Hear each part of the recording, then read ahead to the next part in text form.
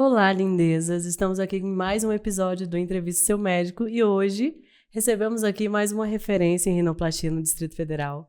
Dr. Vitor Abraão é especialista em rinoplastia e conhecido também pelas suas transformações naturais e elegantes. Tudo bem, Dr. Vitor? Obrigada por estar aqui. É um prazer entrevistar você e conhecer um pouquinho mais do seu trabalho. Prazer é todo meu. E aí, Obrigado. Como é que você vai fazer para a gente conhecer um pouco mais da sua história? Eu gostaria que você falasse um pouquinho da sua formação, como foi isso de escolher medicina, escolher otorrino. Como foi? Você já tinha essa tendência ou não? Decidir medicina para mim já foi uma decisão bem perto ali do vestibular, tanto que eu decidi jogar para duas áreas. Eu não tinha tanta certeza do que eu queria na época e acabei fazendo um vestibular para direito e outro para medicina. Tipo assim, acabei escolhendo a medicina muito por influência familiar, não porque não tenho nenhum médico na família, mas muitas conversas e orientações do meu pai, sabe? Uhum. E ele me despertou, mostrando para mim que eu tinha características que ele via que eu seria um bom médico. Uhum. E aquilo Legal. foi o primeiro start, assim, para eu pensar na área da medicina. Eu, na época, tinha até dúvida em fazer psicologia. Eu gostava muito de uma área livros legal dessa também. área de psicologia, da mente, questão de depressão, e de relacionamentos. E aí eu gostava muito disso, pensei em fazer psicologia, e nessas conversas com ele, ele falou, não, eu acho que você ia gostar mais dessa área médica e você poderia ser um psiquiatra, por exemplo. E eu entrei meio que na medicina querendo fazer psiquiatria. E eu era da liga de psiquiatria na faculdade. E foi Era no bem meio. Tava atendendo, né? Estava atendendo, gostava da área clínica até o meio da faculdade, interessava muito nessa área de saúde mental. E teve um evento que mudou o meu rumo assim, na faculdade, foi quando eu fui para a Austrália, ali por volta do 8º semestre, e eu fui fazer um intercâmbio lá. E nesse intercâmbio acabou que, meio que sem querer, eu fiquei praticamente o ano inteiro fazendo um estágio cirúrgico. E aí minha cabeça mudou completamente. Eu amei aquele ambiente, eu amei estar dentro do centro cirúrgico, as horas passavam mais rápido, eu gostei muito daquilo. E era algo que eu descartava completamente antes, que nesse estágio, tendo essa realidade um pouco diferente, talvez essa área cirúrgica na minha formação ali na UNB, eu não gostava tanto dos estágios, mas quando eu fiz esses estágios lá fora, na Austrália, em Sydney, na Universidade de Sydney, eu voltei com a certeza de que eu queria algo cirúrgico. Muito chique. E isso não foi na época da residência? Isso você ainda estava estudando? Um pouquinho antes. E aí me despertou muito. E ainda tive algumas outras dúvidas quanto à área. Lá eu não rodei no otorrino, eu rodei em estágios de neurocirurgia, coloproctologia, cirurgia geral, cirurgia oncológica, enfim, e nada do otorrino. E lá é engraçado que a Universidade de Sydney, ela é uma referência mundial em otorrino. A Cochlear, que é uma marca enorme de aparelhos auditivos, de implantes cocleares, ela é de lá, fundou lá, e eu acabei não tendo essa área da otorrino no meu estágio. Voltei para Brasília e na época de decidir qual especialidade eu iria fazer, eu decidi que eu queria algo cirúrgico, e na época eu gostava muito de pediatria. E aí eu decidi pela otorrino na época, porque eu juntei assim, olha, eu gosto muito de criança, mas não quero ser pediatra, porque eu quero operar. E eu gosto muito de operar. Então, assim, aí eu pensei, fazer cirurgia geral para depois fazer cirurgia pediátrica. Eu falei, não, esse caminho tá muito... Não quero fazer isso, não. Pra quê? Vamos direto a alguma coisa. E aí eu pensei, vou fazer otorrino porque toda criança praticamente tem que ir no otorrino. É um público muito comum da área da otorrino, é o público infantil. E eu acabei escolhendo, na época, por causa disso, o caminho depois dentro da otorrino me tomou outro rumo. E aí eu fui, enfim, fiz a prova de residência para a USP de Ribeirão Preto, foi para lá que eu fui. Entre passar na prova e assumir a vaga, geralmente os médicos eles têm a questão de poder servir as Forças Armadas. Aí eu servi, fui para a aeronáutica. Caramba. E lá já tinha passado na prova, estava com a vaga garantida, e por causa disso, lá tem um hospital, né? Eu servi no Hospital da Força Aérea de Brasília, e lá tinha uma área de otorrino, e eles me puxaram para lá por causa disso. Um dos médicos lá, que é o Dr. Matheus, era também da USP de Ribeirão Preto, me descobriu ali e falou, não, vem para cá que você vai começar a sua residência agora aqui. E foi muito legal essa experiência? Foi muito bom, foi um R0, né? A residência é o R1, R2, R3. Eu brinco que foi um R0 para essa questão de eu chegar um pouco na residência já com um pouquinho de bagagem, né?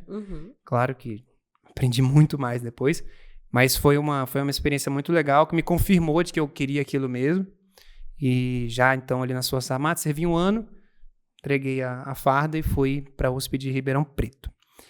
A USP de Ribeirão Preto é uma das maiores de otorrino do Brasil e acabou juntando, ela é muito forte em duas áreas.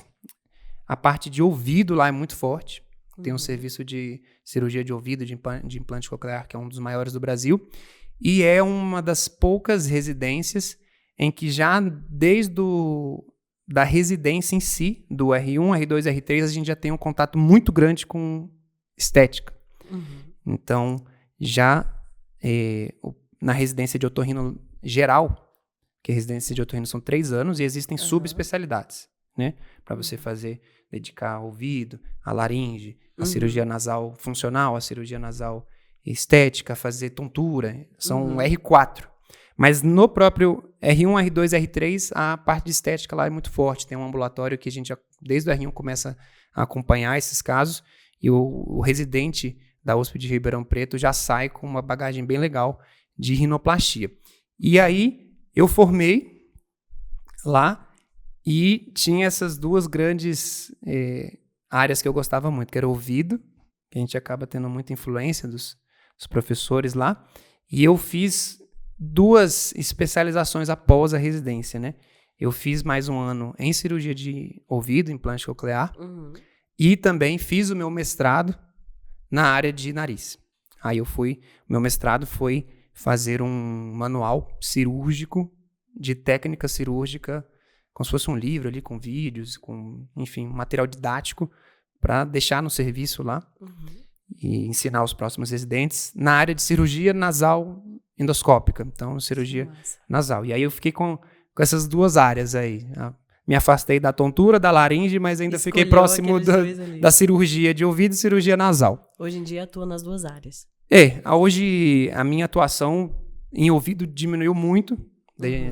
Vim para Brasília.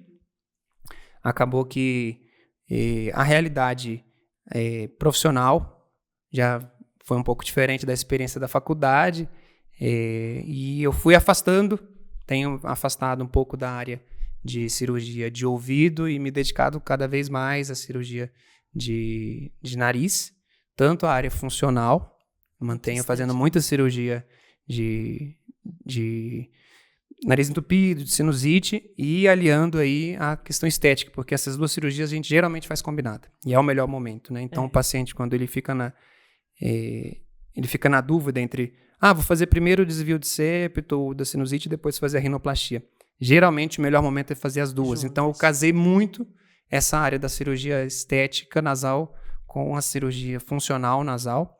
E hoje é a grande área que a gente se dedica. Muito comum, às vezes, os pacientes...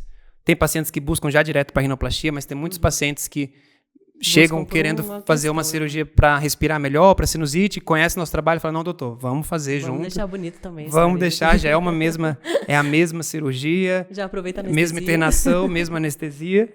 Então, o paciente gosta de aliar essa questão e é o melhor momento, né? Porque você já está com o nariz pronto ali para ser trabalhado, já faz os 2 procedimentos. É claro que a cirurgia estética ela é mais demorada, ela é um trabalho artesanal, a gente tem cuidados diferentes quando a gente faz a cirurgia de rinoplastia combinada, mas sempre ela vai ser funcional. Rinoplastia, na nossa mão, sempre é funcional, sempre correção de septo, sempre o paciente sai respirando melhor.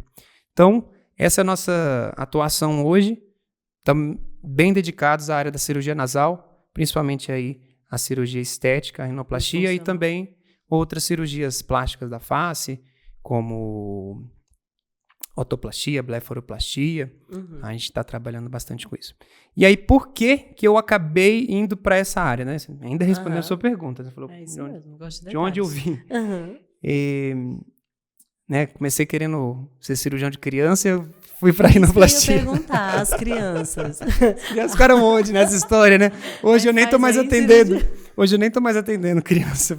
A demanda de rinoplastia. Uma mola propulsora para você. Foi, eu acho que cada passo, né? Fui para medicina querendo fazer psiquiatria. Então. Fui para otorrino querendo cuidar de criança.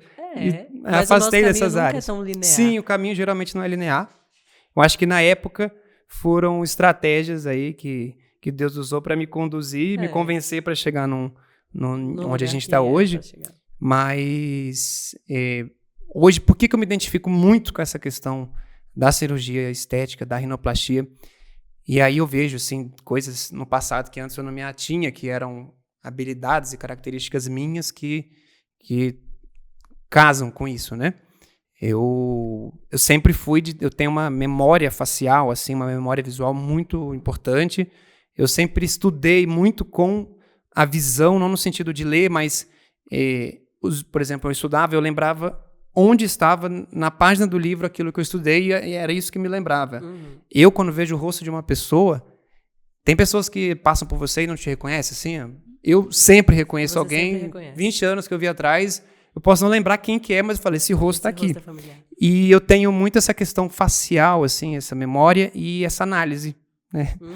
Muito paciente fala, você fica me julgando, fico. eu fico julgando, assim. Você tá julgando meu nariz. No bom sentido, eu tô analisando. Então, é uma coisa que eu sempre tive muito, essa questão visual. E isso é muito importante no campo da rinoplastia, porque, literalmente, a diferença de um bom cirurgião, muitas vezes, não é somente a técnica, a formação, que eu acho que é essencial, mas é ele, no meio da cirurgia, ele saber se ele vai, tá indo para um rumo que eu estou satisfeito ou não.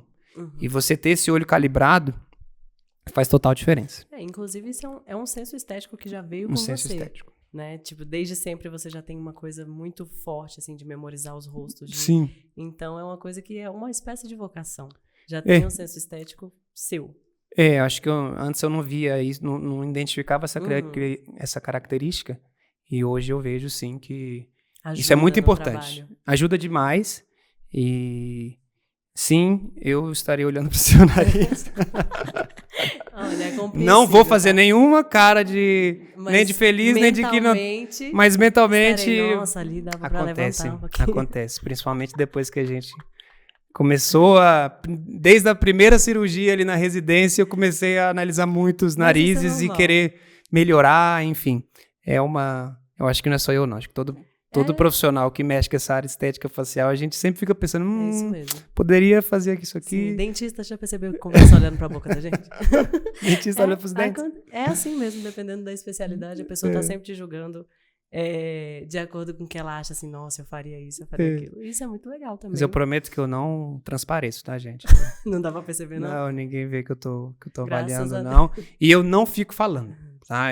Tem profissional que senta no consultório, ele começa já a falar mal de você, sabe? E às vezes nem tinha pensado. Não, a pessoa, igual você falou do dentista, que às vezes entra no consultório pra arrumar o dente. Não, mas e o preenchimento, esse lábio, esse olho, e Meu Deus, aí você fala. Eu não faço isso. Geralmente os pacientes procuram, eles falam o que desejam, aí sim eu falo, então, posso falar? Tudo bem. Geralmente não saio. Então, por exemplo, se a pessoa só se for pra elogiar. Às vezes eu falo, nossa, que nariz bonito que você tem. Mas aí não, nunca vou falar assim, você vai lá no consultório pra operar uma sinusite, não vou falar nada do seu nariz esteticamente, tá? A não ser que você pergunte. Aí eu vou falar e fazer uma análise completa. A pessoa chega lá com sinusite e você fala, vem fazer rinoplastia. Então, como eu faço as duas coisas, eu geralmente pergunto antes.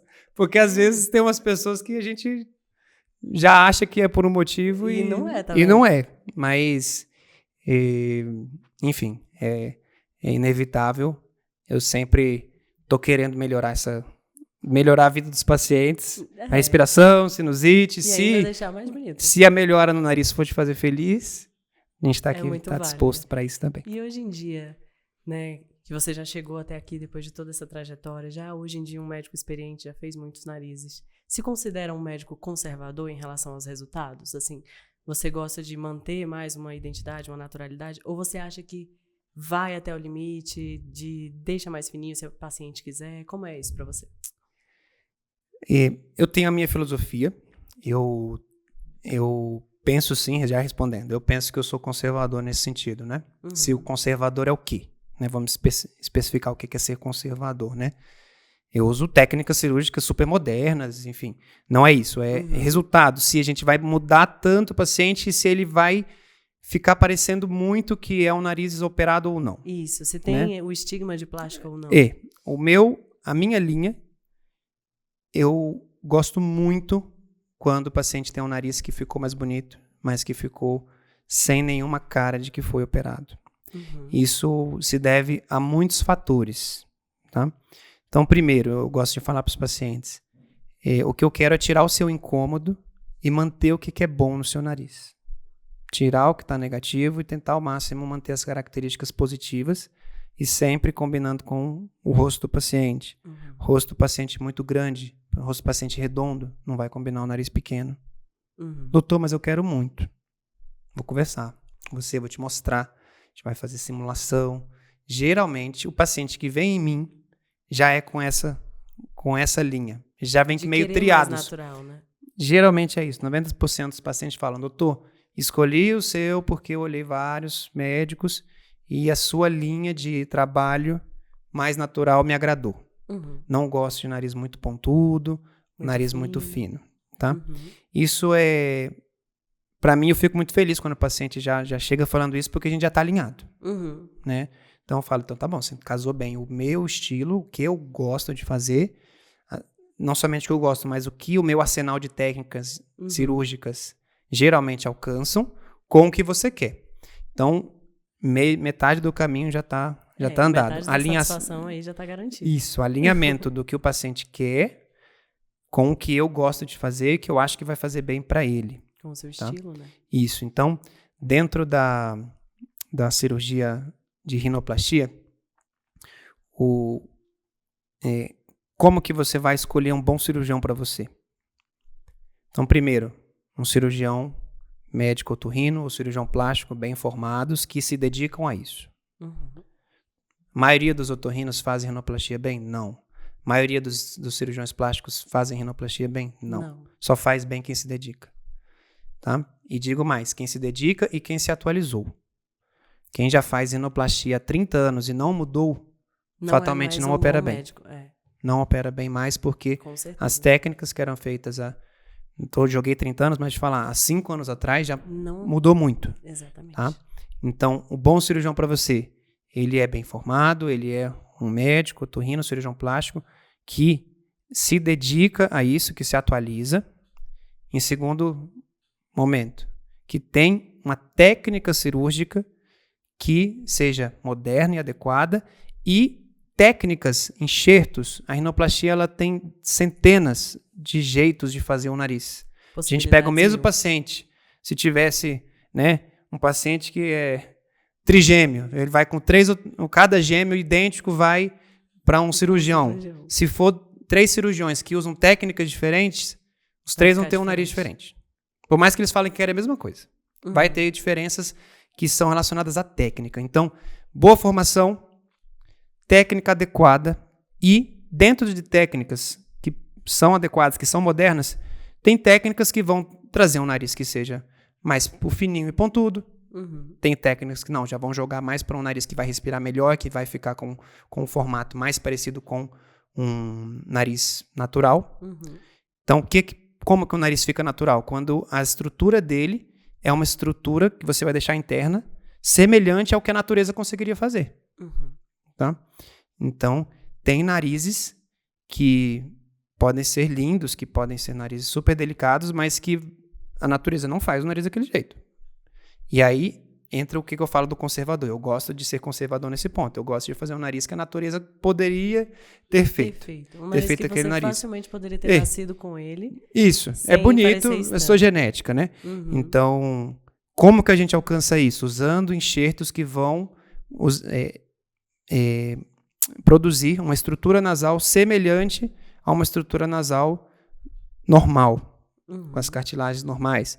Qual que é a minha linha de técnica? Estou falando de técnica agora. Geralmente, tentar a preservação.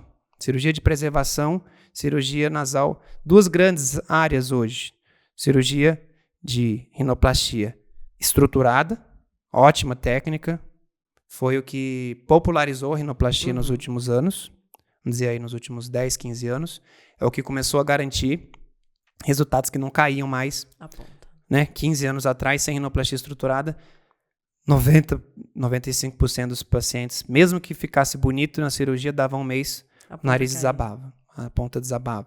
Dava anos, o nariz estava lá embaixo. É muito comum a gente receber pacientes hoje no consultório que operaram há muito tempo, com essa técnica antiga, e que o nariz, ele fala, na época ficou bonito, mas olha como é que está hoje, tem que refazer. Tá? A rinoplastia estruturada trouxe isso, garantir que o nariz vai ficar estável ao longo do tempo.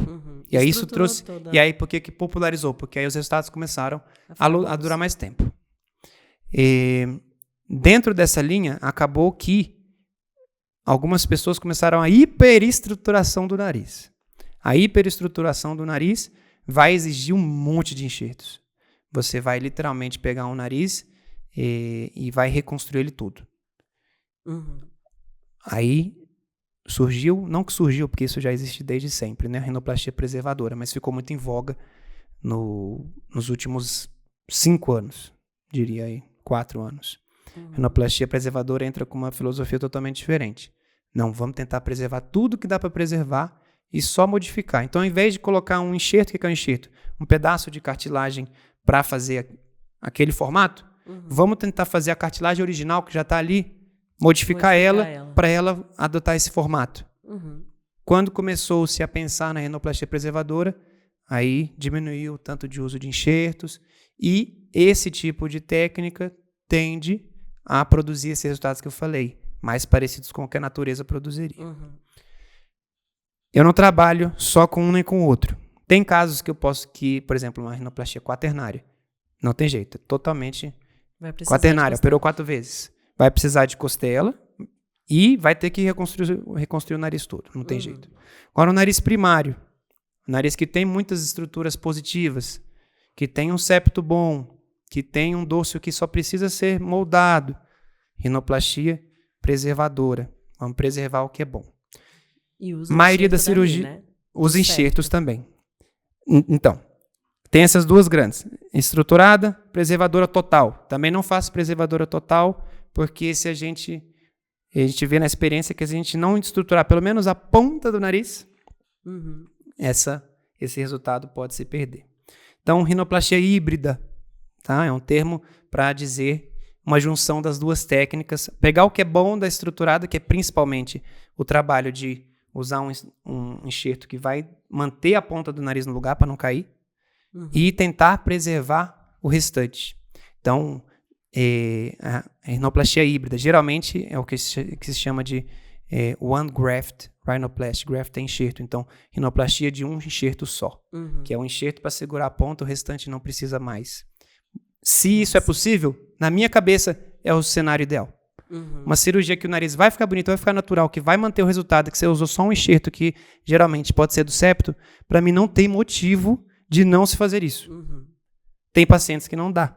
Tem narizes que são muito pesados, nariz étnico, nariz negroide, um nariz que não tem muita cartilagem, tem narizes que não dá para a gente fazer isso, que eu vou precisar de utilizar mais os fundamentos da rinoplastia estruturada, segurar mais esse nariz. Então, o que eu quero dizer? São 2 técnicas muito boas. A estruturação já tem aí, vamos colocar, uns 10, 15 anos. A preservação muito em voga há uns 5 anos. E aí, o melhor dos mundos, a junção do que é bom nas 2 coisas. Rinoplastia híbrida, tá? Que é um termo cunhado para dizer que está utilizando as coisas boas das 2 técnicas. E aí, esse meio termo me permite fazer, na maioria dos casos, uma cirurgia em que eu vou usar um enxerto só. Que seria, se possível, na maioria dos casos, um enxerto que fica no próprio nariz, que é o septo. Lembrando, enxerto, o que é? Um pedacinho de cartilagem que a gente vai utilizar para a reconstrução desse nariz.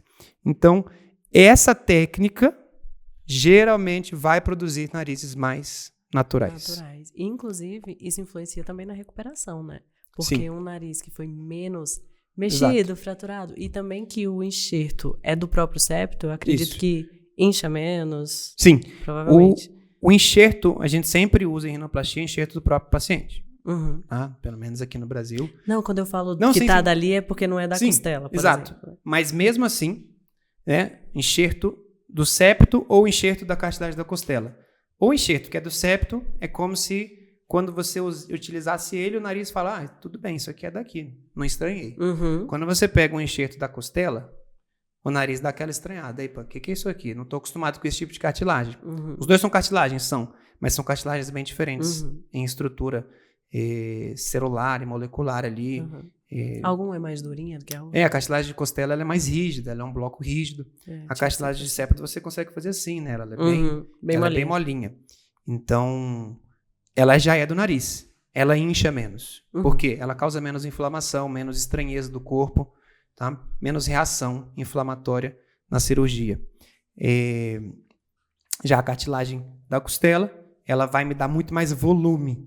Se a cartilagem de septo me produz um enxerto desse tamanho, de costela eu consigo fazer 5 enxertos desse tamanho. Fica mais fácil. É mais fácil. É mais fácil. Veio para ajudar em muita coisa, né? A questão ajuda demais. Uso muito quando é para usar. Só não estou advogando. Aqui não é time de futebol. Não, vou torcer pro Flamengo e não gosto do Vasco. Não, a gente usa o que é bom em tudo. E aí, ainda dentro da técnica, eu estou falando, né? Como escolher o seu cirurgião. Técnica, ele tem que ter um arsenal de técnicas amplo. Não, só faço estruturado, só faço preservação. Não, existe lado bom das duas coisas. Pega o que é bom de cada coisa. Só que aí você tem que ter um arsenal de conhecer aquilo que você está fazendo. Isso. Então, dentro das centenas de técnicas que existem em rinoplastia, o cirurgião ideal é aquele que sabe usar todas. Não gosto daqueles que falam assim, eu só uso essa técnica.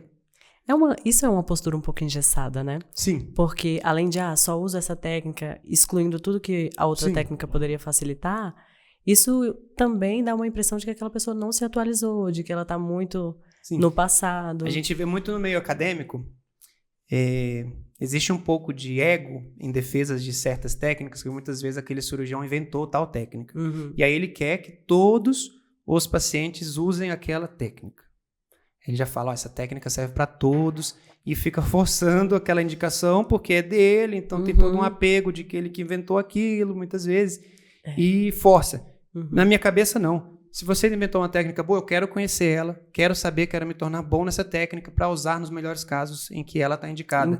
Se outro nariz precisa de outra técnica, se vai se beneficiar mais, vamos para aquela. Não sou engessado. Então, conservador não é, por exemplo, fazer uma coisa antiga, fazer uma técnica só, não. Para conseguir ser conservador no resultado, eu preciso de saber... Tem um arsenal de técnicas. Eu tenho que transitar em todas as técnicas. Então, bom cirurgião, boa formação, cirurgião plástico, otorrino, dedicado à rinoplastia, que tenha um arsenal de técnicas grande, que trabalhe com todas... conhece todas as técnicas, indica a técnica certa para o nariz certo, da espessura de pele certa, para o traço de nariz certo, para a estrutura de septo correta, para a largura correta do nariz, a técnica correta. Material correto, tá? A gente vai conversar um pouquinho sobre isso também. Utilizo tanto o que tem de mais antigo, quanto o que tem de mais novo, que é feito aqui na Turquia, nos Estados Unidos, na Itália, na Alemanha, mesmo material que a gente tem disposto aqui, a gente tem à disposição. Então, técnica, conhecer muitas técnicas e saber utilizar na hora certa. E aí o terceiro ponto para escolher um bom cirurgião, que combine com o seu senso de estética. Que adianta o cara bem formado, o médico bem formado, opera bem, conhece várias técnicas, mas... ele acha bonito um tipo de nariz que você não acha bonito. Exato. Ou vice-versa. Inclusive, esse podcast e também o intuito da página no geral é justamente ter esse comparativo para filtrar também os pacientes, porque isso é bom para o cirurgião, que já vem, como você disse, né? As suas pacientes já chegam mais ou menos filtradinhas. E também para paciente, porque eu já recebi muitos relatos assim de frustrações e eu percebi que aquela frustração não se trata do médico ser ruim, se trata de um um gosto diferente que aquela paciente esperava, por exemplo, um nariz ou um pouquinho mais definido, mais fino, procurou um médico mais conservador que gosta do natural e vice-versa. Sim. O contrário acontece também, poxa, não tô me reconhecendo, o nariz tá finaço. E às vezes ela deveria ter procurado um médico que preservaria um pouco mais. Então a gente tá aqui justamente para filtrar, porque é importante que na escolha do médico você escolha alguém que tenha a ver com seu senso estético. O gosto é imprescindível. Sim. Né? Então, o senso estético tem que combinar com o do paciente. Tem que combinar. E tem que ser... o senso estético é o que vai fazer tudo isso que foi dito antes, né? Então, que é a boa formação, o uso das técnicas corretas, se materializarem de fato em um nariz que vai agradar o paciente. Exatamente. E isso, talvez, de tudo que foi dito aqui anteriormente, é o mais íntimo de cada cirurgião. Uhum. Eu posso olhar o trabalho do outro, achar que o nariz é muito bom, mas não me agrada. Uhum. O paciente viu 10 médicos. Os 10 têm a mesma experiência, mesmas técnicas, mas me agrada mais aquele estilo. Isso é daquele cirurgião. Enfim, artistas são assim, né? Existem as escolas, os estilos, né? Um artista é melhor que o outro? Não. É o estilo dele. Afinidade. É a afinidade. É aquilo que, para ele, realiza ele fazendo e vai ter o paciente certo para aquele cirurgião. Exatamente. Com esse tipo de senso estético. Tem para todos os públicos, né? Tem para todos os públicos. Então, amarrando bem, boa formação, conhecer todas as técnicas e saber... Não todas, né, gente? Existem centenas, milhares de técnicas. Conhecer o maior número possível e saber utilizá-las bem. Em terceiro lugar, senso estético. Escolha um cirurgião que tenha um trabalho parecido com aquilo que você gosta. Há 5 anos atrás, não era possível do paciente saber tão fácil como é hoje, igual entrar numa página igual a sua e ver vários trabalhos diferentes. Exatamente. E poder escolher, porque antes existia muita restrição da gente mostrar o trabalho. CRM não permitia. Então, o paciente tinha que ir no consultório de cada médico para poder, de fato, conhecer. Hoje é uma facilidade muito grande. Tá? Então, hoje só não escolhe um bom cirurgião quem não faz uma pesquisa aí rápida, porque hoje é fácil de fazer. E o que eu tinha dito a elas antes, né? Eu falo sempre isso, que na minha época eu operei há 6 anos, e na minha época... Era outro mundo. Hã? Já era mais difícil escolher. Mundo. Então, na minha época não tinha uma página dessa que eu chegasse lá e falasse, olha, esses aqui são os melhores do DF, então dentre eles eu vou escolher o que mais combina comigo. Não tinha. Naquela época você pagava a consulta para ver o antes e depois de cada médico, e às vezes você pagava a consulta para não gostar do que ele faz. Hoje em dia você já tem você filtra, né? E fala, não, eu tenho 2 preferidos. Agora eu vou na consulta para ver com qual eu me conecto mais. Isso acontece demais na página. As meninas falam, nossa, pelo que eu vi aqui, eu vou aqui e aqui. Já é um filtro muito grande de você fazer uma boa escolha, né? Porque são excelentes médicos, mas realmente não é para todo mundo. Cada um tem o seu estilo, né, de nariz, de senso estético de médico, e isso é um grande facilitador. Hoje em dia tá mais fácil mesmo. E aí, né, a gente falou sobre técnica, e falando nisso, você é um médico que também faz, né, a rinoplastia ultrassônica, que é usar o piezo. Então, você pode falar um pouquinho sobre ele, porque é tecnologia pura, né, é a última geração o piezo. E isso é um diferencial também, uma forma de mostrar que não é engessado, que conservador é muito diferente de ser engessado. Sim. E como que funciona a questão com o piezo? Qual é a vantagem? Pega pra mim aquele molde de nariz que eu vou explicar. Aquele que eu trouxe ali rapidinho. Nossa assessora tá aqui, ó. Nesse bolsinho. Isso. Vai me dar só os moldes. Vamos ter hoje uma aula. Arrasou. Obrigada. Muito bem. Isso aqui eu sempre mostro nas consultas, tá? Você está dando para focar bem, mas são modelos 3D foram feitos através de um paciente real, que foi feita uma tomografia. A gente tem uma empresa que faz esse scan com tomografia, depois imprime em um modelo 3D. Tem toda a anatomia certa aqui de como que é o nariz por dentro. Depois a gente pode mostrar como é que é o septo nasal, que ele tem essa parte óssea, essa parte cartilaginosa. E esse aqui que é também... aqui eu consigo mostrar bem para o paciente como é que é a rinoplastia, eu mostro como é que é a incisão, o que a gente faz. Tá? Então, o piezo. Onde entra o piezo? Por que eu estou mostrando isso aqui? Vai ser mais fácil se eu mostrar para vocês entenderem. Então, vou retirar aqui a pele do paciente. A gente não faz isso, tá, gente? Na cirurgia. Tá? Misericórdia. Por baixo da pele do paciente, a gente tem duas grandes partes do nariz aqui. Uma parte que ela é óssea. Isso aqui tudo é osso. Essa parte rosa no esquema cartilagem. É cartilagem. A rinoplastia é uma cirurgia de cartilagem e osso. Eu falo isso muito para os pacientes. Ela é pouca parte da rinoplastia, uma pequena parte da rinoplastia é pele. Então, por isso que a tal da pele grossa é o mais desafiador. Porque se a cirurgia é para pele e para osso e o seu problema está muito na pele, então o recurso que a gente tem para corrigir, ele é limitado para a pele. Tá? Onde que entra a questão da rinoplastia ultrassônica? Tá? O que é ultrassônica? O uso de ultrassom. Ou piezo elétrico. É um aparelho que, rinoplastia tradicional, como é que é? Se o osso está largo, se o ossinho está largo, o que a gente faz? Fratura. Antes, no passado, e tem gente que faz hoje, não está errado, gente, tá? Mas tem cirurgiões que ainda fazem assim, que eles pegam um martelo e vão quebrar esse osso nessa região.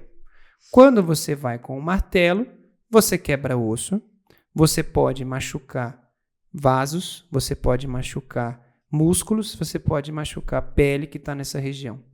O que é a rinoplastia ultrassônica? Rinoplastia ultrassônica, a gente vai usar um material, ultrassom cirúrgico ou piezo, que é o mesmo material, só com nomes diferentes, em que você vai encostar o material, é uma pontinha bem fininha, você vai encostar no osso, ele vai fazer uma vibração ultrassônica de uma frequência específica que vai fazer o quê? Ela vai cortar esse osso. Você encosta na ponta do seu dedo aqui na carne, e ela não corta. Você encosta num vaso sanguíneo, não corta. Só no músculo, osso. não corta, porque aquela vibração, ela só corta o osso. Isso é muito chique. É uma tecnologia muito avançada. Tá. Então, quem que foi o precursor disso aí? Começou nos implantes dentários, nas cirurgias odontológicas, que os dentistas já usavam para fazer esse trabalho nos dentes, no osso aqui da maxila. E aí, um cirurgião lá na França pensou, peraí, se os dentistas estão usando isso para o osso do rosto e do dente, dá pra com usar certeza dá para usar no osso do nariz. E aí, antes, você quebrava batendo aqui, numa dessa batida, você podia conseguir fazer exatamente o que você queria, mas na maioria das vezes acabava quebrando outras áreas. Você vai quebrando em volta, né? Isso, como se eu der uma martelada nesse vidro aqui, eu não consigo garantir que ele não vai espatifar no meio. Não vai fazer um corte não vai certo. ser um corte certo. Ele vai... Geralmente é o que não acontece. Então, essa linha de fratura podia ser uma linha que ia para uma área que você não queria. Tá? E, além disso, machucar vaso, machucar músculo. Se machuca vaso, fica mais roxo. Fica roxo, incha mais. Rinoplastia ultrassônica. Vou fazer o corte bem preciso. Eu literalmente desenho exatamente onde é que eu quero cortar, não corto nada além daquilo. No osso. É uma precisão muito grande, né? Garante muito mais precisão, me tranquiliza muito, porque eu sei exatamente como é que vai ficar. Né? Na residência acontecia muito isso. A gente não tinha esses recursos todos nas rinoplastias da residência. Às vezes dava uma martelada e o nariz quebrava em 2 lugares. E falava, e agora? O que a gente faz? Um lado ficou bom, um lado quebrou certinho, o outro não. E aí ficava aquele desalinhamento. O que eu faço agora? Quebro o outro também para ficar igual? Eu sinto que a residência tem uma energia um pouco caótica. Não tá errado usar martelo, tá, gente? Sim. Tem casos em que até talvez a melhor técnica, talvez em alguns casos, possa ser em algum momento, usar o martelo. Tem cirurgião que só usa porque tem uma habilidade muito boa e uma expertise muito boa nisso e não vê diferença. Eu vejo diferença completamente. Nas minhas cirurgias, quando eu comecei a utilizar o piezo, eu não parei nunca mais e... Isso que eu ia perguntar, você usa na maioria dos seus casos? Não entro na cirurgia sem ele. Não entro na cirurgia sem ele. Se a gente vai fazer trabalho de osso, não entro na cirurgia sem o piezo.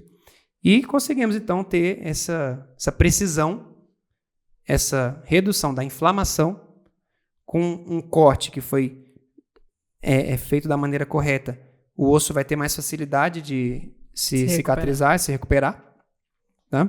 E com isso, menos sangramento, menos inchaço, o paciente menos tende roxo. a ficar menos roxo na maioria das vezes. E é bem seguro, né? É uma Sim. tecnologia... Sabendo utilizar bem, é uma técnica muito segura e, enfim, eu não opero mais sem. Uma outra coisa que a gente usa bastante é outra forma antiga também de dar acabamento. Tudo bem, você martelou, não antigamente, né? E você martelava e depois ficava algumas arestas. Aí o que o médico fazia? Pegava uma lixa, parecido com, às vezes, lixa que usa em polimento de móveis, assim, um material que vai lixar. E aí lixava esse nariz com essas raspas que chamam. Tipo homogêneo. Homogêneo, fazer o refinamento. Uhum. O que eu uso? Eu tenho minhas raspas lá? Tenho, mas estão novinhas quase, que eu parei de usar faz tempo. Usadas. Tem raspa lá que eu comprei que eu nunca usei. A gente tem um micromotor. O que o micromotor vai ter? É um motorzinho que vai girar e você vai fazer polimento, então, motorizado com essas brocas diamantadas.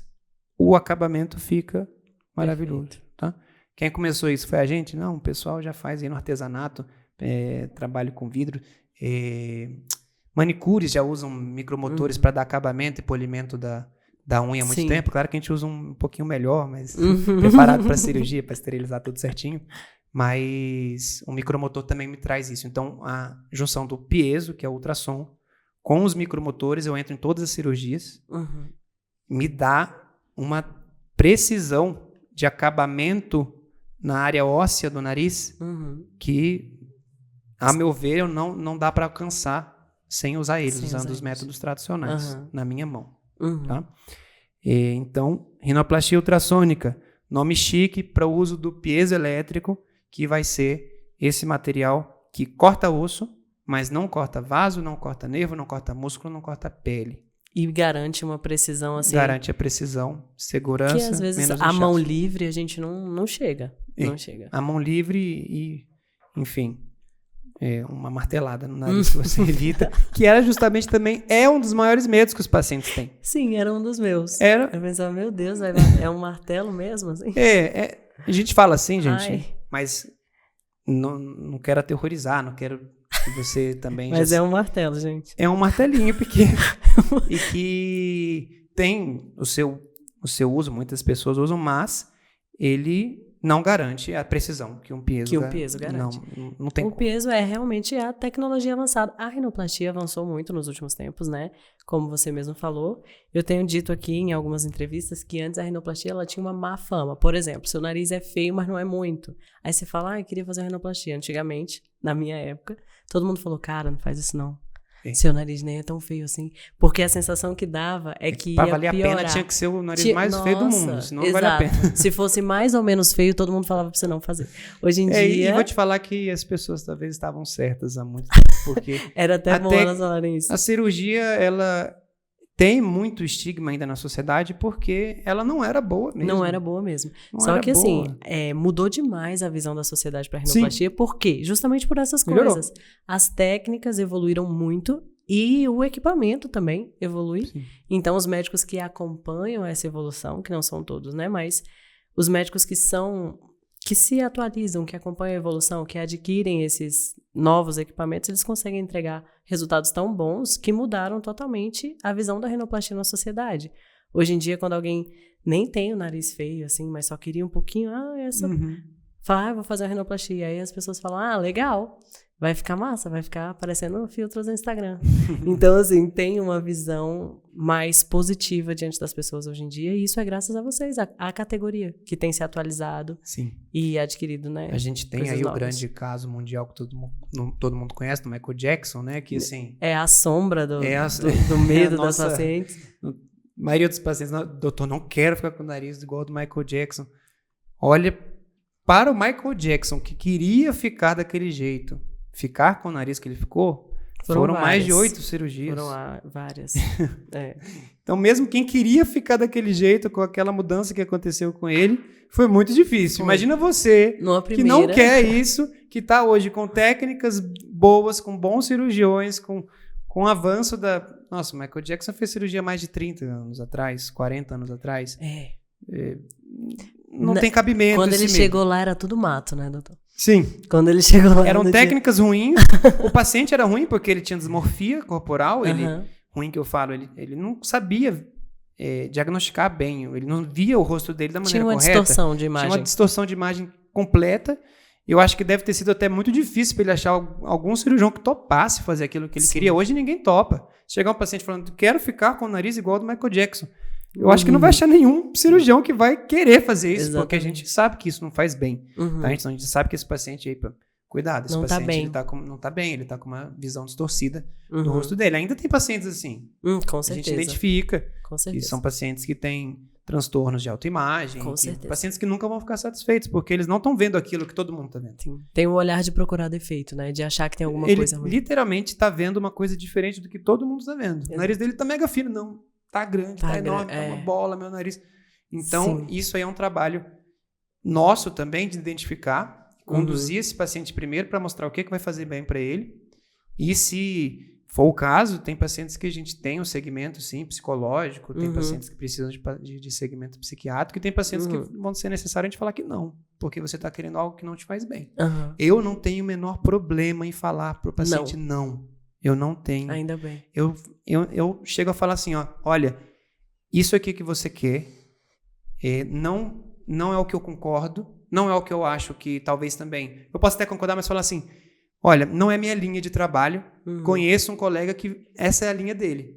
Vá nele. Indica. Porque eu quero que você... Eu falo para o paciente, eu quero que você fique feliz. Meu trabalho aqui é deixar você feliz. Não? Eu prefiro não ganhar esse dinheiro se for para você... Não ficar feliz. Satisfeito. Eu quero eu feliz, você feliz e que a gente se divirta, né, no bom sentido, nesse processo que tem um processo pré-op, transoperatório, pós-operatório confortável, que a gente se dê bem, que a gente tenha um momento legal junto. É muito importante. Né? Se não for para ser assim, eu prefiro não fazer de verdade. E isso é muito bom, porque aí fica bom para o paciente e para você também não é legal a gente fazer algo que a gente não acredita no nosso trabalho. Exatamente.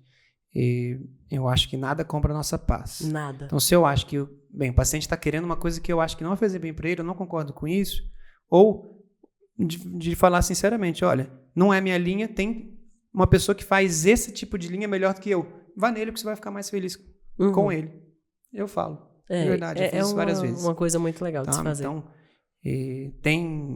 primeiro, identificar se é uma coisa boa, né? Porque se o paciente quer uma coisa que vai fazer mal na mão de qualquer um, já falo também, olha, isso aqui não tá certo, o que você tá querendo não tá, tá errado, você tá buscando algo que não vai te fazer bem, você tá querendo um nariz que vai ficar fino demais que você não vai conseguir respirar.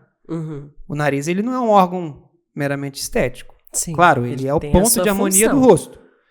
O nariz, ele tem um papel primordial na sua beleza. Na sua beleza e no seu rosto ser agradável ou não. Ou não.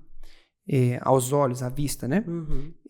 Mas a função primordial dele não é essa. Respirar. A função primordial do nariz é a respiração, a função. Então, sempre em primeiro lugar, função, sempre.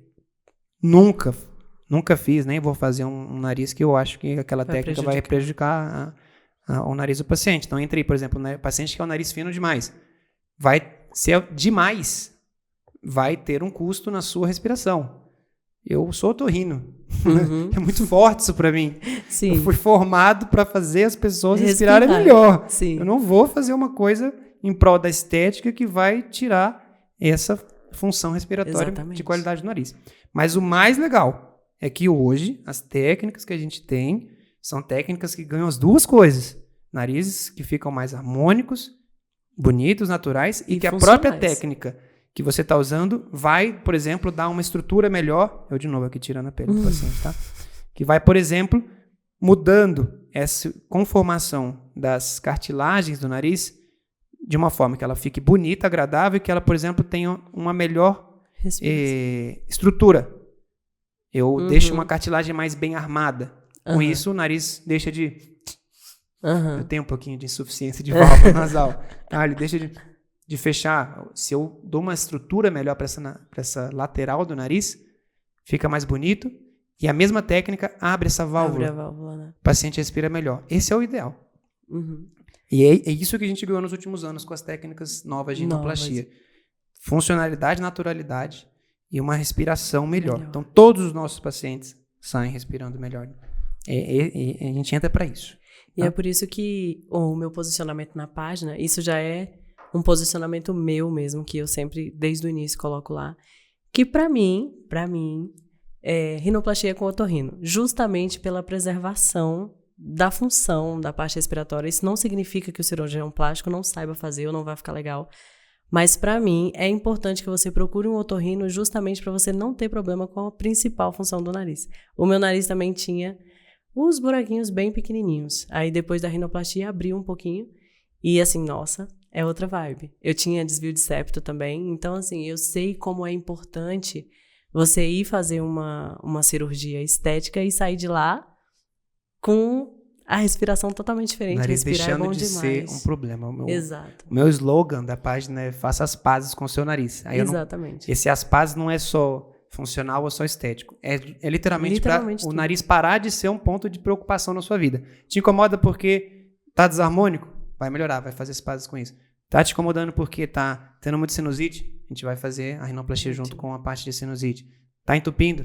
Vai melhorar a obstrução também. É para você esquecer que tem nariz. Nariz não era para ser um órgão pra gente ficar lembrando dele. Tem que ficar lembrando. Né? Você fica lembrando do seu coração?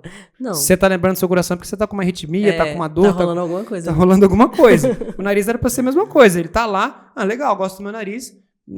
Ele faz parte aqui do meu rosto, ele tá harmonizando, minha autoestima tá legal, ele tá respirando bem. Ótimo. Você não precisa atenção nele. Não posso te ajudar, esse problema você já resolveu na sua vida.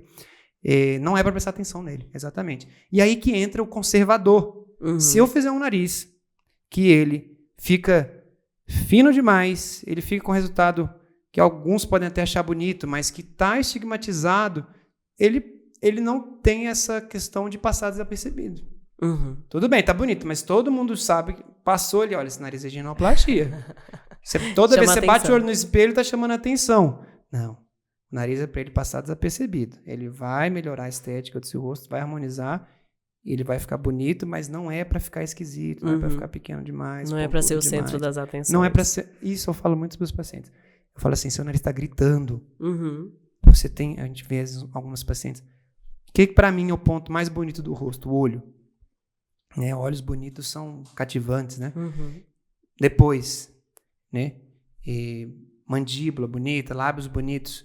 Mas, literalmente, você pode ter tudo isso bonito. Se o nariz está chamando demais atenção, é como se as outras pessoas não conseguissem ver. Não vê. E aí a gente muda o nariz do paciente, bota uma foto de antes e depois e parece que a gente fez uma plástica no rosto inteiro do paciente. Não, foi só o nariz. Mas agora você está vendo que ela tem um olho bonito. Agora você está vendo que ela tem uma boca bonita, uma mandíbula bonita. Exatamente. Então, é para trazer isso. Seu nariz está gritando no seu rosto. Vamos tirar a atenção dele? Tira a atenção. Vamos, fica quietinho aí. Faz todo mundo brilhar junto. Faz todo mundo brilhar. Os olhos ali, exatamente. Né? Então, vamos deixar esse nariz mais quieto, natural. Muito legal essa forma de olhar. Isso. E em relação a essas coisas, a gente tocou no assunto, né, do estigma do Michael Jackson. Lembrei dos medos, né, que as pacientes geralmente apresentam no consultório.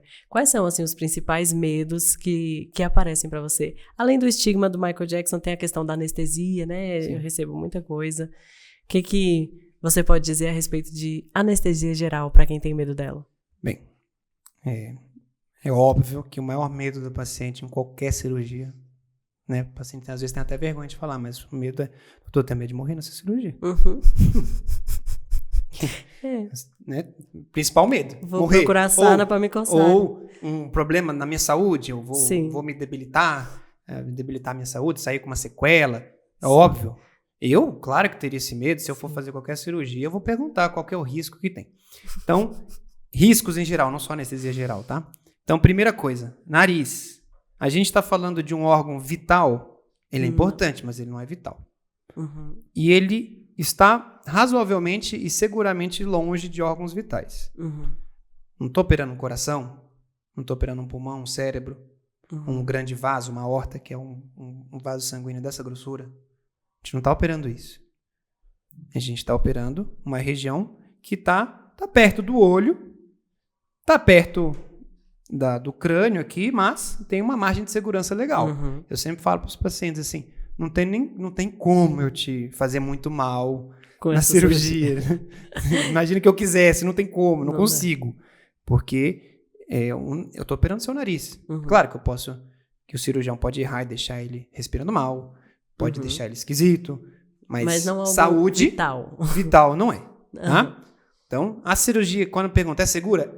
Eu não estou fazendo uma cirurgia com risco de vida na área que eu estou operando. Uhum. Claro que toda cirurgia tem risco, gente. Tudo na vida tem risco. Sim. Você quer pegar nas suas férias, pegar seu carro e descer pra praia, é um risco. é mais arriscado que fazer uma rinoplastia. Literalmente. Literalmente. Tá? Literalmente é mais risco de vida do que... Mas ninguém fala nada, né? Ninguém vai julgar você. Nossa, tá correndo risco de vida pra ir pra praia de carro. E a sociedade tá acostumada a saber que aquele risco vale a pena, na maioria das vezes. Ninguém vai deixar de viver, vai congelar a vida por risco, por medo das coisas acontecerem. Exatamente. Mas na cirurgia plástica, infelizmente, ainda não tem isso. Não. As pessoas acham que é um motivo bobo. Nossa, só um nariz, é só fazer uma cirurgia por causa disso. Aí você vai se colocar, tipo assim, como se fosse à beira da morte. Peraí, se você tá indo pra praia de carro, descendo ali a serra, você literalmente tá correndo mais risco do que fazendo isso. Mas as pessoas estão acostumadas. Então é porque as pessoas não entendem que problemas de autoestima são problemas de saúde. Uhum. Pessoa que todo dia, poxa, não é normal você todo dia acordar, ver, te olhar no espelho e sua autoestima tá reduzida porque você tá se achando desarmônico. Isso é um problema. E fazer uma cirurgia segura para corrigir um incômodo que te afeta muito, que vai melhorar sua confiança, sua autoestima, sua maneira de lidar com o mundo.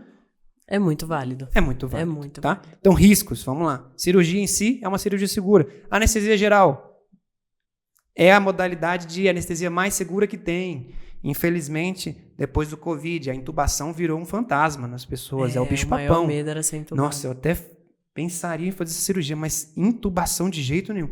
Como se a intubação fosse colocar o paciente em risco. Por que intubavam pacientes no Covid? Era para matar os pacientes? Não, era para salvar os pacientes. Porque sem a intubação eles estavam indo com um desfecho ruim e alguns pacientes com a intubação a gente conseguia salvar a vida dele. Ficou uma sensação de que, tipo assim, cara, entubou, vai morrer. Entubou, vai morrer.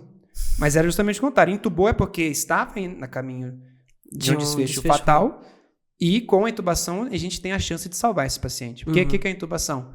Um canudinho que vai terminar aqui, né? Ele fica bastante parte dele para fora, então a parte que fica por dentro é isso aqui. Ele vai ir direto na entrada do pulmão, que é a laringe, e vai garantir durante a cirurgia inteira que você vai respirar bem, que você vai ter 100% de oxigênio no seu pulmão e no seu sangue, que você não vai ficar nenhum momento em apneia, que é sem respiração. Então, a intubação é a segurança da cirurgia. Tinha que ser, tipo assim, é anestesia geral, né? Isso, exatamente. É o que eu falo. Você tem medo por causa da intubação? Eu teria medo se fosse sem intubação. Sem intubação.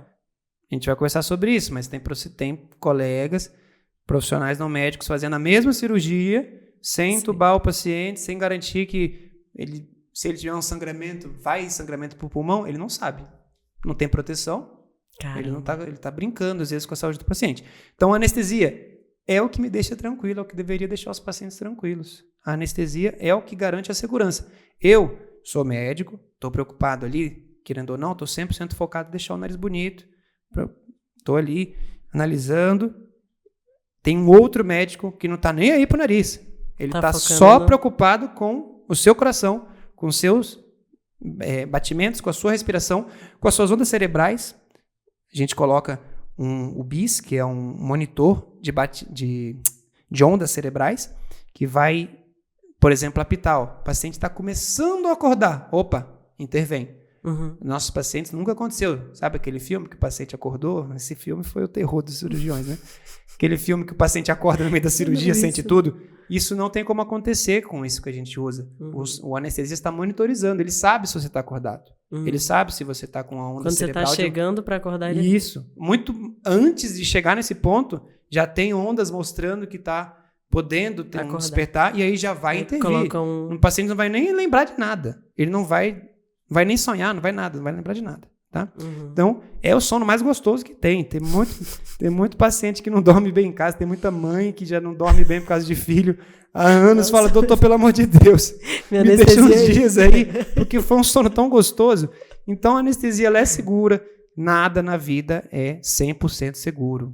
Cruzar essa rua agora saindo daqui não é 100% seguro, mas vale a pena, né? Então, a anestesia é segura, tá? Então, principal medo, riscos. Procedimento em si não é um procedimento fatal. Não é um procedimento arriscado, não é um órgão vital. O procedimento em si é seguro. E a anestesia garante mais segurança ainda para esse procedimento. Garantir a respiração, batimento, qualquer problema, que geralmente não acontece, mas caso aconteça, tem um profissional, anestesista, técnico de anestesia, enfermeiros, todo mundo preocupado ali para garantir total segurança. Nada na vida é 100%, mas a gente se esforça para deixar o mais próximo disso possível, sempre. Isso é muito importante deixar claro, porque o medo da anestesia é recorrente. Sim. Então, estamos conversadas sobre isso. E também tem o medo da artificialidade, né? Sim. Ai, caramba, eu não gosto do meu nariz, mas também ficar muito artificial, tenho medo disso. Eu lembro que na minha cirurgia, eu estava muito feliz, muito animada. E aí, quando eu internei, olhei no espelho lá para colocar uma batinha e falei, meu nariz não é feio não, vou embora. Você falou o quê? Meu nariz não é feio não, acho que eu vou embora. Porque na hora H dá um medo de você falar bem assim, caramba, será que vai ficar muito mexido? Sim. Esse medo pode ser desconstruído hoje com tudo que a gente falou aqui em relação às novas técnicas. Sim, né? E assim, não adianta eu falar isso. O paciente não vai acreditar só de eu falar, vai ficar bom, vai ficar natural, vai ficar legal. Mas peraí, por que eu vou confiar em você? Então, qual que é a nossa estratégia para você saber como que vai ficar o seu nariz? É a simulação pré-operatória.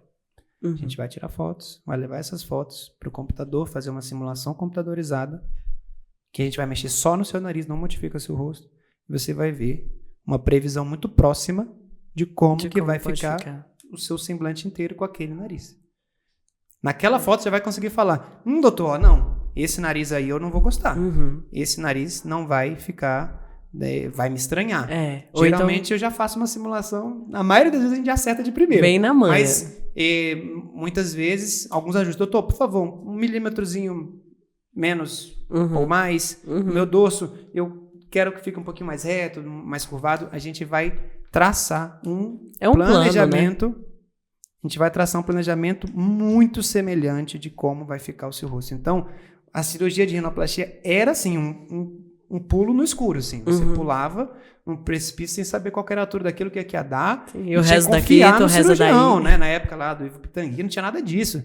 Era literalmente, eu sou bom, opera comigo, vai ficar bom, o paciente acreditava, vamos embora e vamos ver o que vai dar. Vamos ver o que Hoje acontece. não. Vai ficar muito próximo disso aqui. Faz sentido para você? Gostou? Tem paciente que chora vendo a simulação. Mas, o paciente já quer aqui. Não, pelo amor de Deus, vamos fazer assim. Logo. Então, e o resultado fica muito semelhante, porque aquelas medidas da simulação a gente compara, né? Então, eu já sei.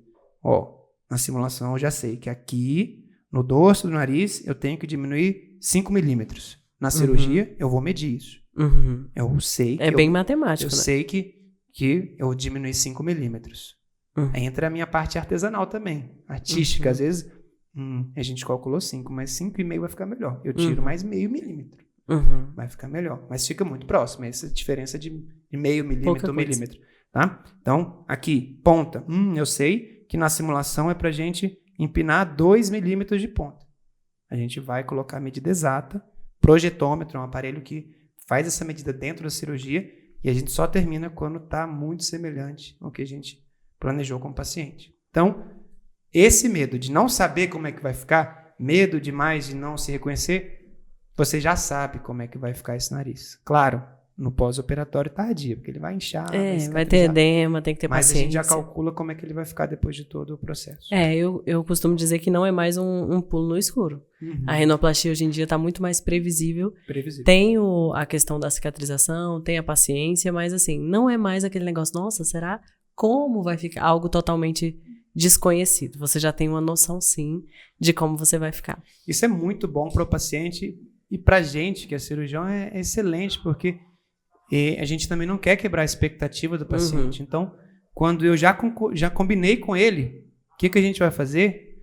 A gente faz parecido, o índice de satisfação dos pacientes explodiu depois disso. Então, é melhor para todo mundo. Nem o paciente, nem o cirurgião entram com esse pulo no escuro. Ambos já sabem ambos como já é que vai sabem. ficar. É bom para todo mundo É mesmo. bom para todo mundo. E a gente falou aí um pouquinho, né, no meio da sua explicação a respeito dos procedimentos não médicos que estão sendo feitos ultimamente. Deu um boom, assim, de rinomodelação definitiva, que é praticamente uma rinoplastia. E eu gostaria de saber de você, assim, qual é a diferença entre os preenchimentos no nariz com ácido hialurônico e a rinomodelação definitiva? Como é isso? Algum dos dois é confiável? O termo rinomodelação, na forma correta de se utilizar ele, é o preenchimento do nariz com ácido hialurônico. É seguro? 100% não, porque o preenchimento com ácido hialurônico ele tem um risco muito maior de um risco específico que a rinoplastia não tem, que é a necrose. Porque o ácido hialurônico, você vai ser aplicado com uma injeção e o nariz ele é recoberto de vasos que nutrem esse nariz. Se, ao injetar o ácido hialurônico, que é seguro, é um gel absorvível, seguro, a gente sabe que é bom. Mas se ele for injetado, por exemplo, dentro de um vaso importante de nutrição do nariz, ele vai fechar esse vaso, porque vai ocluir esse vaso com ácido. O que vai acontecer? Essa pele vai deixar de ter suprimento e ela vai ter necrose. O risco de necrose da pele do nariz na cirurgia de rinoplastia é muito menor. É muito menor. Então, nesse sentido, a rinomodelação com ácido hialurônico, nessa complicação, é mais perigosa do que a rinoplastia. O índice de necrose hoje em rinoplastia é muito baixo. E do ácido hialurônico, todo aplicador, tem médicos, dermatologistas, otorrinos, enfim, tem os dentistas, até outros profissionais ou médicos que aplicam, né? E não tem problema, mas já anda sempre com uma hialuronidase ali do lado. Qualquer coisa. E qual que é a orientação? Você vai ficar no consultório 2 horas aqui, porque a gente vai ficar te observando. Porque se esse nariz começar a dar sinais de necrose, a gente já coloca a hialuronidase e torce para isso aí dar certo. A necrose no nariz é irreversível? A necrose da pele do nariz é a pior complicação que pode ter de resultado, né? É a pior complicação de resultado que pode ter, porque pele, rinoplastia, a gente vê, né? Secundária, terciária, quaternária, dá pra gente melhorar essa estrutura interna, refazer, colocar cavidade de costela, reconstruir tudo. Agora, dar um aspecto bonito para uma pele que necrosou é uma missão quase impossível. Eu imagino. Voltar exatamente como era, não dá. E ficar bom já é muito difícil também. E aí entra trabalho grande de tratamento dermatológico. Existem pacientes que a gente vai ter que pegar a pele de outra região e colocar no lugar. Caramba. Nunca vai ficar perfeito igual uma pele natural. Então, essa é uma complicação. A necrose, por exemplo, é uma complicação possível na rinomodelação com ácido hialurônico. E é uma complicação que é muito difícil de ser tratada por um profissional que não é médico. Tá? Então, já pondo um pouquinho de lenha na fogueira aqui. Um procedimento, você tem que fazer um procedimento que você sabe fazer, mas isso não é o mais importante. Você está apto a fazer um procedimento quando você sabe tratar a complicação que aquele procedimento pode acontecer. Sabe fazer e sabe resolver? Isso. Se precisar. Saber fazer rinomodelação, qualquer um aprende rapidamente com ácido hialurônico. Não é difícil a técnica, tá? Com todo respeito a quem faz. Mas tratar uma complicação é muito mais complicado. Isso é em tudo na medicina. Então, o médico, ele é especialista naquela área porque ele sabe fazer aquela cirurgia, porque ele sabe fazer as tantas outras complicações que aquela cirurgia pode advir. Ele sabe resolver aquilo. E aí que entra, então, o grande problema dessa invasão de procedimentos estéticos no nariz. Então, a própria rinomodelação com ácido hialurônico já é um procedimento que tem seus riscos e que as complicações são difíceis de tratar. Tá? Mas tudo bem, a gente já acho que está muito bem estabelecido. Tem muitos dentistas que fazem bem, enfim. Só que aí, agora estamos num segundo ponto. E aí virou agora a rinomodelação definitiva, que só tem como ser definitiva de 2 formas. Por quê? A rinomodelação com ácido hialurônico é definitiva? Não, porque o ácido hialurônico ele é degradável e absorvível pelo organismo. Então ele não é definitivo. Como que vai ser definitivo? Só se você aplicar um preenchedor que é não absorvível, PMMA, que para o nariz é terrível. Isso é terrível para qualquer lugar, eu acho. Existem áreas do corpo que até toleram essa aplicação. O nariz não é uma delas. O nariz não tolera nada que é sintético. Bem, e sintético e que não seja absorvível. Ele tolera o ácido hialurônico numa boa, contanto que seja bem aplicado. Mas nada não absorvível, definitivo, o nariz ele responde muito mal. Tá? Então, ou para rinomodelação ser definitiva, ou ela vai ser aplicada PMMA, que é um preenchedor tipo definitivo, silicone, né? Ou é um polímero e tudo mais. Ou vai ser feita uma cirurgia nele. Só tem 2 formas dele ficar definitivo. Ou com cirurgia, que vai ser chamada de uma cirurgia minimamente invasiva, com fios no consultório, mas é uma cirurgia. Ou seja, qual que é o termo científico para uma cirurgia no nariz? Rinoplastia. Por que não usa esse nome? Porque fica feio, né? Dizer que o dentista vai fazer uma rinoplastia. Ou então alguns já estão sendo bem honestos e anunciam que fazem rinoplastia, tá? Mas sem quem anestesia. fala que está fazendo rinomodelação definitiva e está fazendo cirurgia, está só usando o nome fantasia de um procedimento que não existe na literatura científica para o paciente não achar esquisito aquilo que ele está fazendo. Mas o que ele vai fazer vai ser uma cirurgia deitada na mesa do consultório do dentista. Com anestesia local, geralmente? Geralmente com anestesia local, nem sedação, geralmente. A pessoa acordadinha. Pessoa acordada, muito comum os pacientes falarem que é muito desconfortável, que sofrem muito. Cirurgia no nariz, pode acontecer alguma coisa que um sangramento, uma adaptação ali que você vai ter que gastar um pouquinho de tempo a mais. Geralmente demora. A gente que tem experiência nisso, que trabalha com isso, que tem formação nisso, é normal cirurgia de 3, 4, 5, 6 horas, dependendo da dificuldade do caso. Imagina você ficar esse tempo todo acordado com seu nariz aberto, vendo o que está acontecendo. É muito desconfortável. Eu já fiquei, foi mole. É muito desconfortável para o paciente. E por que também não fazem na anestesia geral? Porque justamente por ser um procedimento que não está no rol de capacitação, habilitação do profissional não médico, o hospital não aceita, né? Não, que história é essa? O dentista vem fazer uma rinoplastia, geralmente não vai. O plano de saúde não vai autorizar uma septoplastia para o dentista fazer, porque não é um procedimento que o dentista deveria estar fazendo. Ele. Então, geralmente faz no consultório, porque ali é o ambiente dele, não tem fiscalização. Então, geralmente é feito ali. Existem dentistas hoje, bucomaxilos, que até associam, fazem no procedimento no hospital, com anestesia geral, junto ali às vezes com uma ortognática.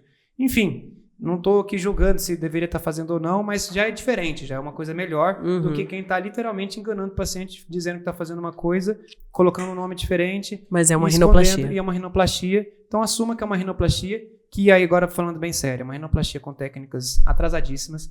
São técnicas que a maioria dos profissionais aprendem em algum curso de final de semana e estão achando que inventaram a roda, fazendo uma rinoplastia minimamente invasiva, que dá para o paciente ir embora no mesmo dia, mas que eles estão fazendo utilizando técnicas muito atrasadas, que os resultados ficam catastróficos, em que a gente mutila as cartilagens do paciente, em que perde-se a função que essas cartilagens tinham para garantir uma boa respiração, em que pode se dar necroses, em que pode dar resultados que vai ser difícil, vai ser muito difícil de um cirurgião otorrino, cirurgião plástico, arrumar aquilo.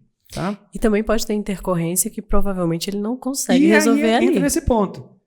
Quem é especialista no procedimento é aquele que não somente sabe fazer, mas que sabe resolver. Exato. Esses profissionais não têm capacitação para resolver as possíveis intercorrências. É perigoso, né? Vamos deixar bem claro. É perigoso para a sua saúde, é perigoso para a sua autoestima e tem pessoas que pensam assim, vou arriscar, se eu não gostar, eu vou depois e faço uma rino. Então parece uma coisa vantajosa, né? Rino é um pouquinho mais caro, se eu faço um procedimento mais barato aqui, vai que fica bom, aí eu nem preciso. Mas se ficar ruim, não é garantia que a gente vai conseguir dar um resultado bom para aquele nariz.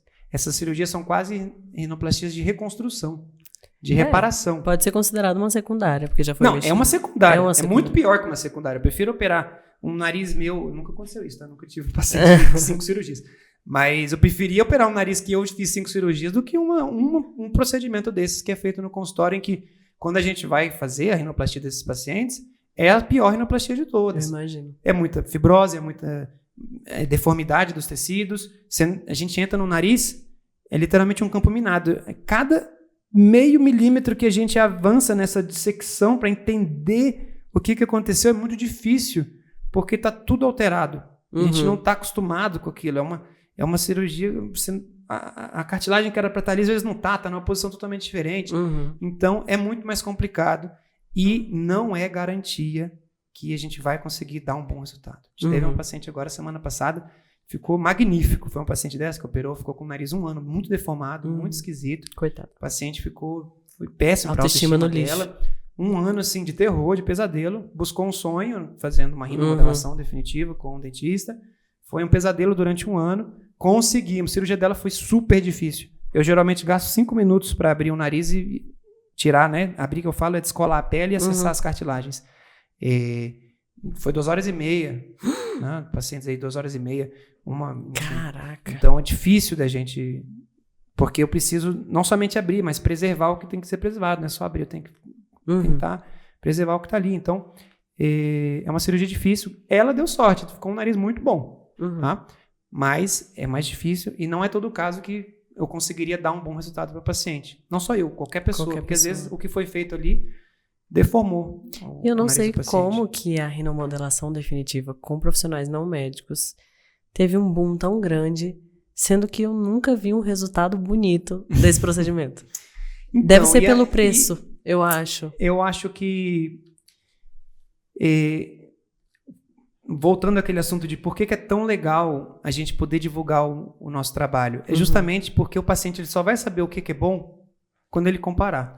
Se ele vê aquilo ali, melhorou, era um nariz horroroso que ficou legal agora, ficou aceitável. Mas, poxa, dá uma olhada lá nos nossos casos, vai na página ali da Bianca, né, e vê os resultados que tem ali de outros profissionais, compara. Gente... É falta de informação, talvez. Não tem desculpa para essa falta de informação, tá muito fácil, né? Hoje em dia tá. E aí é triste, porque você vê o profissional, ele faz aquele antes e depois de um nariz que ficou feio, e ele se orgulha daquilo, e ele divulga. Se ele tá divulgando, se ele tá colocando marketing naquilo ali, é porque ele acha que tá bom. Como é que você vai entregar pro seu nariz para um profissional que faz um trabalho ruim e que ele acha que tá bom, tá? Infelizmente, o que a gente vive hoje nesse mercado de não médicos mexendo em nariz é aquele efeito Dunning-Kruger, né? Que é a pessoa que estudou muito pouco de uma área e ela acha que ela sabe muito. Você pergunta para um estudante do primeiro ano ali de física, quanto que você acha de física? Acho que eu já sei uns 80%, 90% já, porque eu estudei bastante, né? Aí você pega, às vezes, ali um PhD que já está ali há 20 anos estudando. Quanto que você acha que você sabe dessa área de física? Ainda tem muito que descobrir. Acho que nem 1%. Né? E aí, quanto mais se sabe... É isso que acontece. O efeito Dunning-Kruger está acontecendo agora nesses profissionais que fazem um curso de final de semana e estão achando que estão abalando. Sou excelente na rinoplastia. E estão divulgando e mostrando aqueles resultados ruins, achando que tá bom. São ruins. Então, na maioria das vezes... Vamos lá, gente. Tudo tem exceção. Enfim, tem profissionais aí que podem fazer um bom trabalho, mas nunca vai ser comparável, porque ele não vai ter capacidade, por exemplo, de usar um enxerto de costela. Não tem como. Se um dentista te oferecer de tirar uma cartilagem de costela do seu peito... Eu acho que aí já passou muito, doutor Vitor. Se um dentista falar, olha, a minha cirurgia é rinoplastia com cartilagem de costela, eu não duvido nada que isso vai acontecer em breve, tá? Porque eles já estão, por exemplo, eles estão fazendo septoplastia. Quem imaginou que o dentista ia fazer cirurgia de septo? Pois estão fazendo hoje meia cirurgia de septo para tentar pegar o enxerto do septo, tá? Mas isso é difícil, geralmente não consegue. E aí, só que a cirurgia só fica boa se a gente tiver um enxerto bom, que pode ser do septo, mas que em alguns casos tem que ser da costela. Aí você faz uma técnica que não tem enxerto, uma técnica atrasada, vai machucar seu nariz todo, vai impedir, talvez, depois ali de ter um resultado que poderia ter no futuro. Aí, um bom rinoplasta, bem formado, não vai conseguir dar um resultado que poderia ter. Então, não arrisque. Primeiro, com sua saúde. Segundo, com a sua imagem facial, com a sua autoestima. O barato pode sair caríssimo, muito caro. Pode sair catastrófico para você. Então, não tem motivo. Não tem motivo para fazer isso. Por quê? O paciente pensa, é mais barato. Nem isso. Não é. Porque se você tiver que fazer uma rinoplastia após um procedimento de rinomodelação definitiva, vai ser muito mais caro. Mais caro do que uma primária e muito nada paga o tempo que você vai ficar com aquele nariz feio na sua saúde mental. Então, nem o argumento do mais barato cola mais. Não cola. Então, não tem motivo de você deixar de escolher um profissional especialista naquilo para escolher um profissional que faz um gato net. Vocês podem usar um gato net. Faz um gato. Né? Vou fazer um gato no seu nariz. Vamos fazer uma improvisação, uma gambiarra. Um profissional que faz gambiarra no nariz. Não vale a pena, gente. O nariz não tolera esse tipo de coisa. Não vale a pena. E, inclusive, o preço que se paga na saúde mental com esse tipo de procedimento é muito alto, porque quem está procurando uma rinomodelação definitiva, de fato, já não está bem com o nariz, já não fez as pazes, como você fala. E fica pior, tem complicações, às vezes, em relação a tanto à estética quanto na respiração, e não tem um apoio ali, uma segurança de um médico acompanhando, e isso pode ficar muito ruim na Esses cicatrização. pacientes, eles têm dificuldade até de exigir os direitos deles. Sabe? Exato. Tem paciente que, literalmente, o que o profissional faz é um crime no nariz, na saúde do paciente, e eles muitas vezes não conseguem nem ter direito aos direitos dele, porque ele se colocou numa posição que ele não deveria ter se colocado. Então, ele não está amparado. Ele se colocou numa situação que ele perde os direitos. Tipo ele perdeu os direitos. O juiz vai até falar, mas espera aí, por que você estava fazendo rinoplastia com esse profissional? Exato. E acontece isso muito. E, infelizmente, muitos desses profissionais, eles acham que estão abafando e abalando porque nem processados eles são. Chega só nos nossos consultórios e o paciente fala, não, nem adianta, doutor, eu já sei que não vai dar em nada.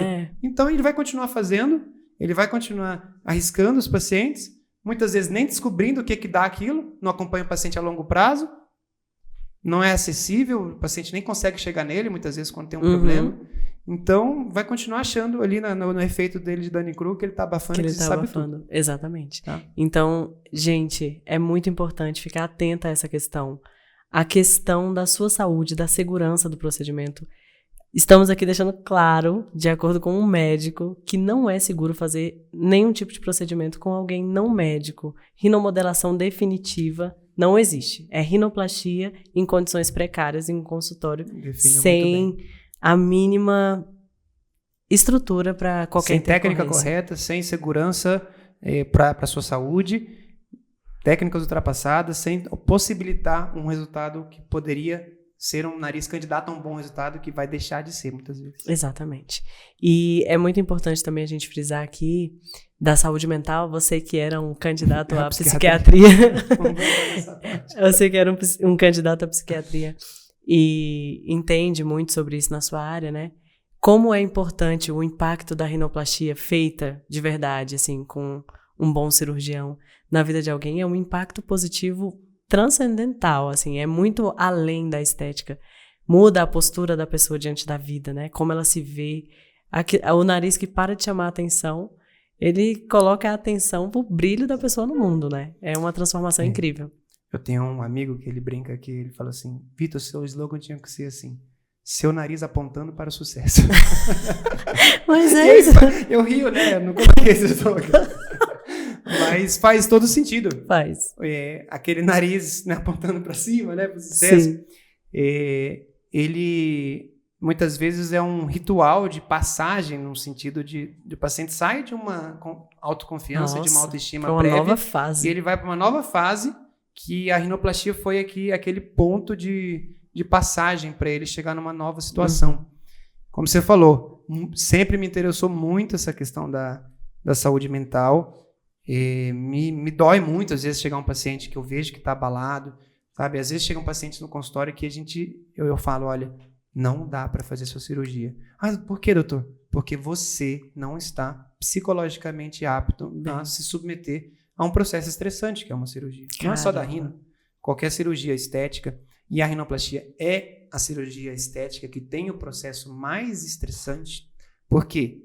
Porque se você faz um silicone, só você vai ver aquele resultado nos primeiros meses, que está muito inchado, está esquisito. Sim. O nariz, você sai no outro dia enfaixado, mas 2 semanas depois todo mundo já está vendo seu nariz. Não tem como você esconder. Ele ainda está inchado, ele ainda está cicatrizando.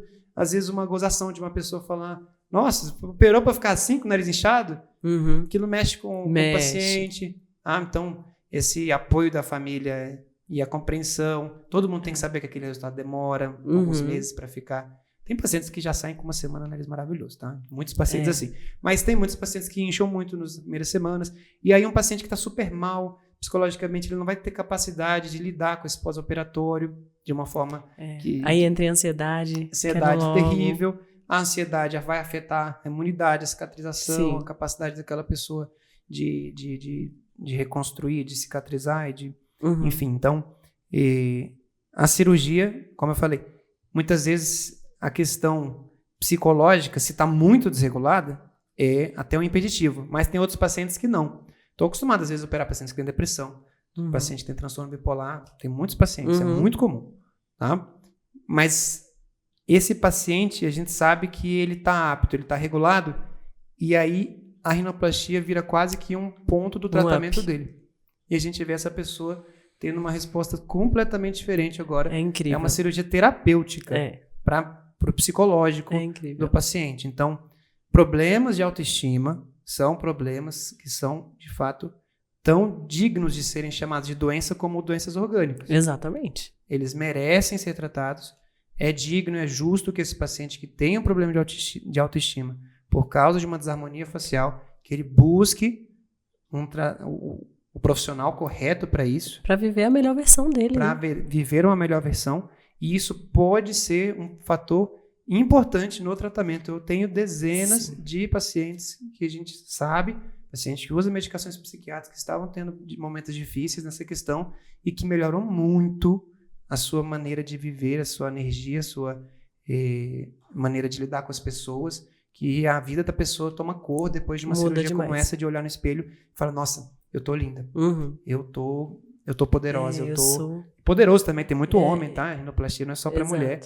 E a gente consegue melhorar muito. Se impõe diante da vida, né, como alguém que é digno, porque quando a pessoa tem autoestima muito baixa, ela aceita muita coisa, ela é, às vezes, abusada, não sabe dizer não, abusada psicologicamente, não sabe se impor. E depois disso, não só o nariz, mas quando você tem um novo olhar sobre você mesma, você começa a viver uma vida diferente como quem ocupa o seu lugar no mundo. Isso faz toda a diferença. Então, voltando aí, falando sobre como é que um estudante que queria ser psiquiatra está feliz hoje em fazer rinoplastia.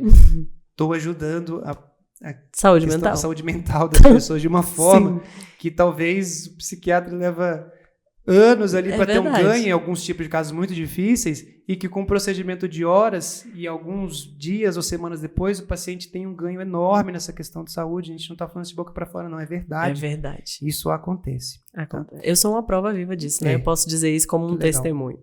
Rinoplastia muda realmente a postura diante da vida, mudou de timidez. Eu nem sabia que eu não era tímida, eu descobri depois que meu nariz foi bonito. Eu ficava pensando que as pessoas poderiam estar reparando demais naquilo que eu era encucada, era uma insegurança pontual e que transformou totalmente até a minha forma de me comunicar. Eu sou outra pessoa realmente muito alegrinha.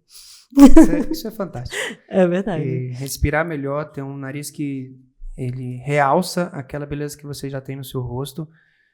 É para fazer as pazes mesmo, é para aquilo deixar de ser um problema e pode ter um impacto enorme na autoestima, autoconfiança e na sua maneira de lidar com as outras pessoas e com os desafios, dificuldades da vida. Então, me realizei, aquele estudante que queria fazer psiquiatria se realizou, vendo na cirurgia plástica facial uma terapia para a saúde mental de muitas pessoas. Então, por isso que eu digo, quero que você fique feliz. O propósito da cirurgia é te deixar feliz.